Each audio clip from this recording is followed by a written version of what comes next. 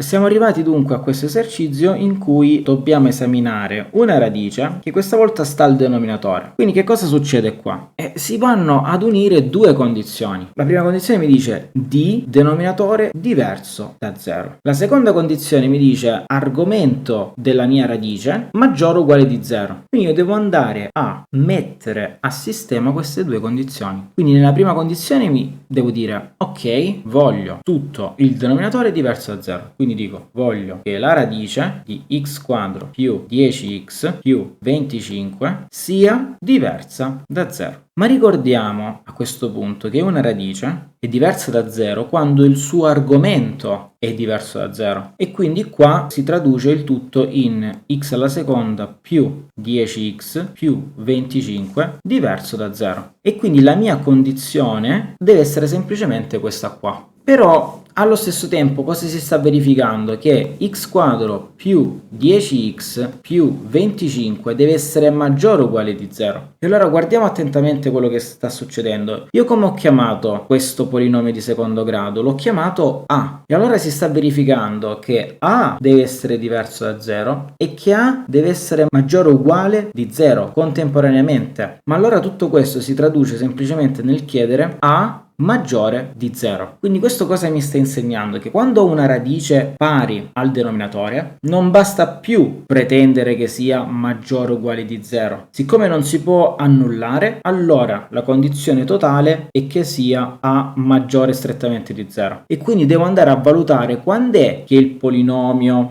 x quadro più 10x più 25 è maggiore strettamente di 0. Per le considerazioni che abbiamo fatto prima, col quadrato di binomio io posso andare a scomporre questo qui che diventa x più 5 alla seconda. E questo qui deve essere ancora maggiore strettamente di 0 perché tra la scrittura di sopra e la scrittura di sotto non cambia niente, sono la stessa cosa, quindi la domanda persiste, è sempre maggiore strettamente di 0. E allora cosa succede? Che rispetto a prima c'è una differenza notevole. Prima c'era maggiore o uguale di 0, adesso c'è maggiore strettamente di 0, quindi vuol dire che l'uguale a 0 non ci va più bene. E quando è che un quadrato è positivo? Un quadrato è positivo sempre, tranne quando si annulla. Quindi io qui devo dire che questa cosa qui deve essere diversa da 0 se voglio che la mia domanda sia soddisfatta, perché la domanda è quando è che la cosa che sta a sinistra è sopra lo 0? E la mia risposta è la cosa che sta a sinistra è maggiore di 0 per ogni x appartenente ad R, tranne il caso in cui proprio questa cosa si dovesse annullare, quindi tranne x diverso da meno 5, perché in pratica devo dire